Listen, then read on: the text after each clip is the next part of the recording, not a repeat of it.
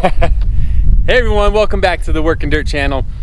Tara's in for a surprise today, and so are you guys, because we are going to be using our 70-year-old bulldozer today to attempt pulling down this huge oak tree, which used to be 3 parts. It's now only 2 parts. We're going to use gravity with us, a very strong rope, and hopefully a lot of pulling power, and let's see if we get the job done.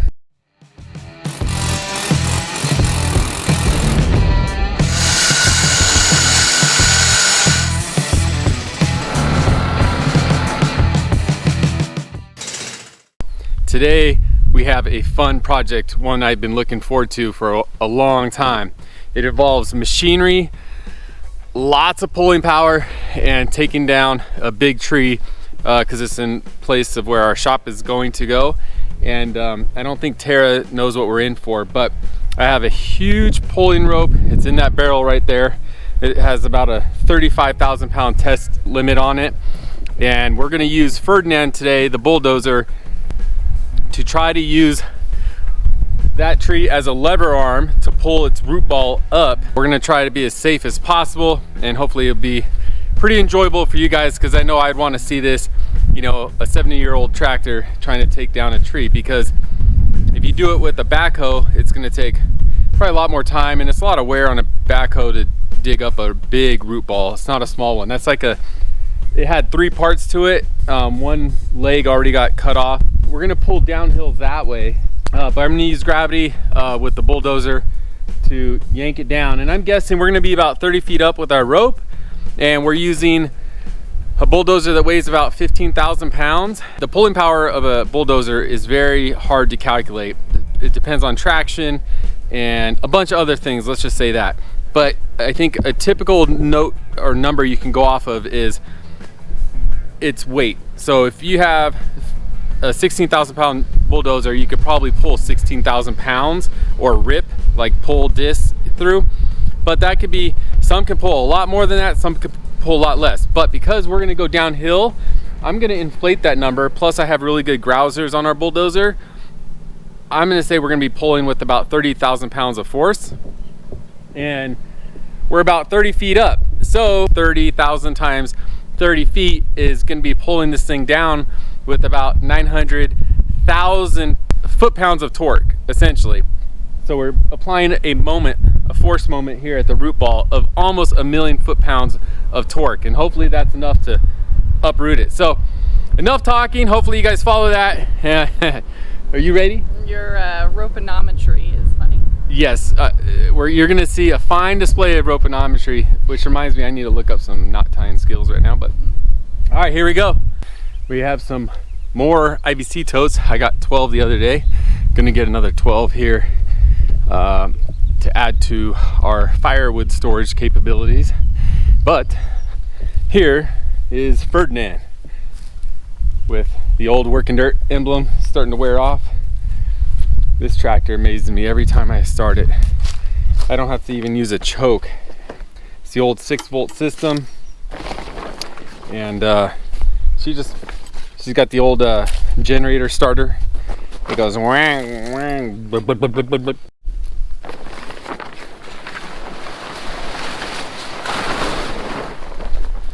One for water protection, one for sharp edge protection.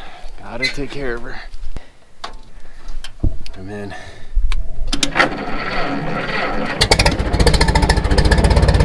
and there you have it. She hasn't been started in like a month. Freaking amazing.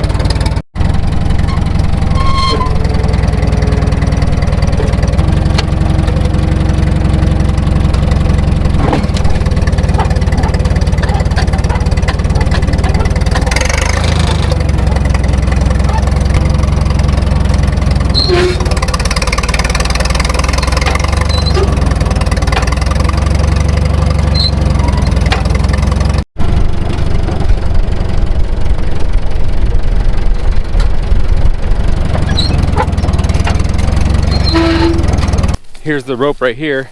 My buddy gave it to me from his electrical company. They use it to pull massive amounts of wiring through conduit, you know, in commercial high rises and whatnot. So I'm pretty sure this is probably rated between 30 and 40,000 pounds. I have one that's 24,000 pounds, and this is much larger, so I definitely know it's up there. I mean, they use these huge hydraulic machines to crank on these ropes, so I definitely think it's gonna be up for the task. All right, on this end, we're gonna use this safety tow strap. It's rated at 27,000 pounds, but if I double it up, we should obviously get double that. There should be plenty of safety factor in there. But I'm gonna put this end around the tree, and then this end so I get the double factor going, I'm gonna put this around the loop of my pulling rope, because I don't wanna do just a straight pull like this, because I'm sure this has been used a lot in pulling. So although it looks in good condition, I wanna double up our pulling capacity here. And I'm gonna run it across so we have two strands splitting the load. And then I'm gonna choke it right there with a D-ring. So now I'm essentially getting a double strand, so to speak, spreading the load. We have the tree saving rope up there with our double wrap with the shackle up there. And then you guys are probably thinking, what are you using to dampen the force in case the line breaks? Well, we are finding 1,000,001 uses for this artificial turf. I use a heavy piece of this grass right across our line. And then I'm gonna have an aluminum shield right here. I'm gonna put on the back of the tractor, just in case to protect my back of my noggin. But there are some crossbars on the back of the dozer, which I'll show you right now. Tara is gonna stand far away in safety land, right, Tara? Unless I gotta hold the camera. Not unless she holds the camera, right? It's all about the action shot. So that's a risk we're willing to take. Okay, so yeah, you see there's some crossbars on the dozer right there to protect my noggin. And then I kind of just did a double wrap cinch knot, kind of like when you tie a lure. And then the only reason why this is in there is to protect the rope from the drawbar. It adds a little more diameter so the rope is not, pinched too much. And then we're using obviously the drawbar, like I just said, which is mounted to this cast iron frame. So all the bolts are in, it looks decent. I think our weak link is, honestly, I think we're adequately equipped. I think maybe that rope up there might be the weak link. So we're gonna start it up, right, Tara? And we're gonna go slow, and she's gonna capture it all for the insurance people.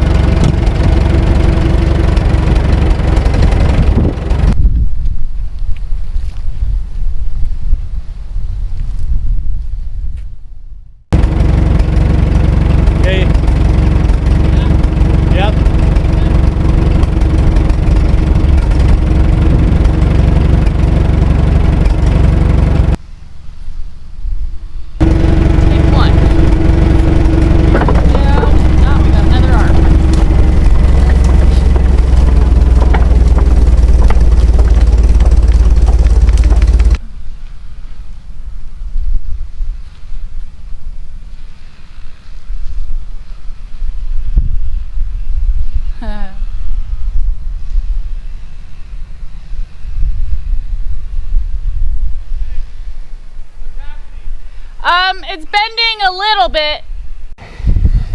All right, round two. The first one went okay as far as we got some movement, but there was some bend in the tree and some stretch in the line. And this is definitely very dangerous. I don't recommend this for anyone. There's a lot of energy in this rope. And I mean, if the shackle fails, that can shoot towards me. If the log branch breaks, it could shoot towards me. But like I said, I'm pretty far away.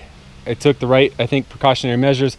So if we don't see more movement in the root ball, then we'll abort mission and do some more digging around the tree. which I didn't show you, but we did do some digging in the back of the tree, but it was a big tree, so we'll have to do a little more.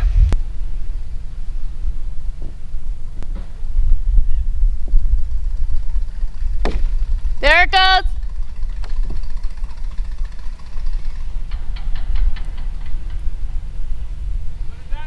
Yeah, I see root ball.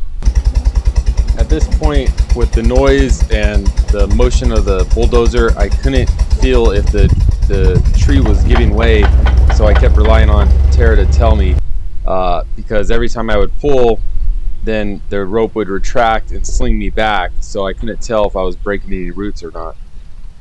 That's scary.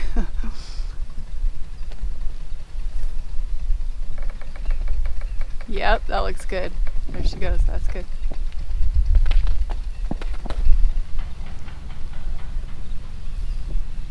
Yeah, she's gonna go. Really? Yep. Oh, yeah. When I have the engine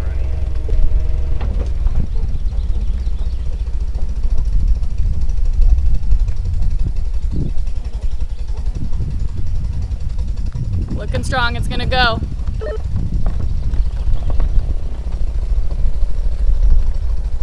Wow. Beautiful. Oh my God.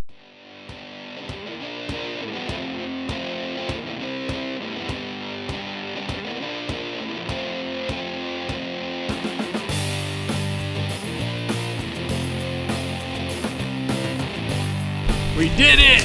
Check this out. Oh my gosh. Here, let's walk you up the victory lane. Again, I don't recommend anyone to do this, but there's our grass, and we slowly just kept working it. She heard some root popping. She was telling me it was going. I was worried that the line was stretching too much, but what was actually happening is, yeah, the line was stretching, but it was it was breaking the root system as well. So that's where we pulled, and holy cow, this thing's a monster. And there you go, there's the root ball, and there's that channel you see right down the middle, that we dug that to help break this root ball and to break it from this little tree behind it. But high five, this was major, because you can cut trees down, but getting rid of the root system takes a long time if you're gonna grind it or backhoe it. Now that it's up and out, we can cut the wood, and then we can start picking at it and breaking it down smaller to move it with the dozer or whatever, so we can start finish grading for our shop. So I'm so happy. That was freaking awesome. We have a second pull to do now. Now that both limbs are laying on the ground, we obviously can't cut that how it is, so we're gonna put the ladder up there and strap the top of the tree, and then use good old faithful Ferdinand right there, and we're gonna pull it down, and that'll also help twist the root system and break it up over there. But yeah, she's already rocking. A rocking for a knocking. Let's get her strapped up and tore down so we can cut her up, make some good firewood. Too bad we didn't have a mill. We can make some nice lumber.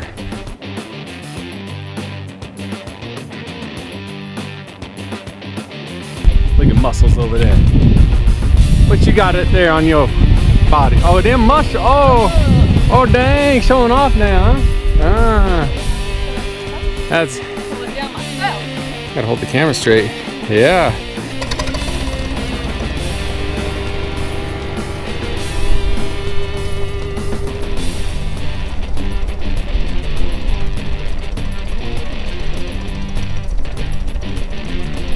Want more power? I'll give you more power.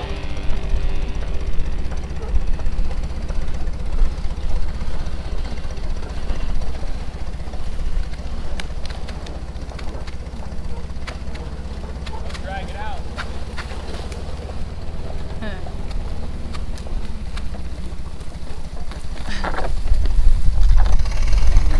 Now he's just playing. That root ball Yeah. probably weighs quite a few tons. Quite a few tons. Smack it. Watch where I'm walking. a biggie. Oh, now we weed whack all this. Look at all these thorns up over here. I know, they're like nasty thorns.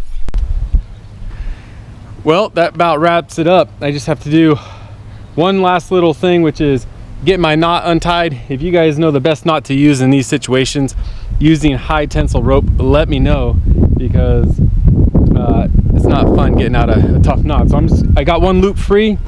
I'm just gonna tug on it with the tree weight, and hopefully it comes out. But all we have left to do right here is chop these up with our chainsaw and then get it down to the root ball, and then I'll push that over or away so that we can continue grading for our future shop. We'll see you next time. Don't forget to like, subscribe, and share. Let me know who else has got a IH T9 dozer.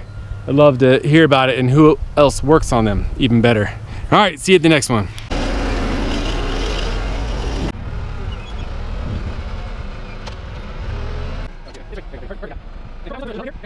Yeah,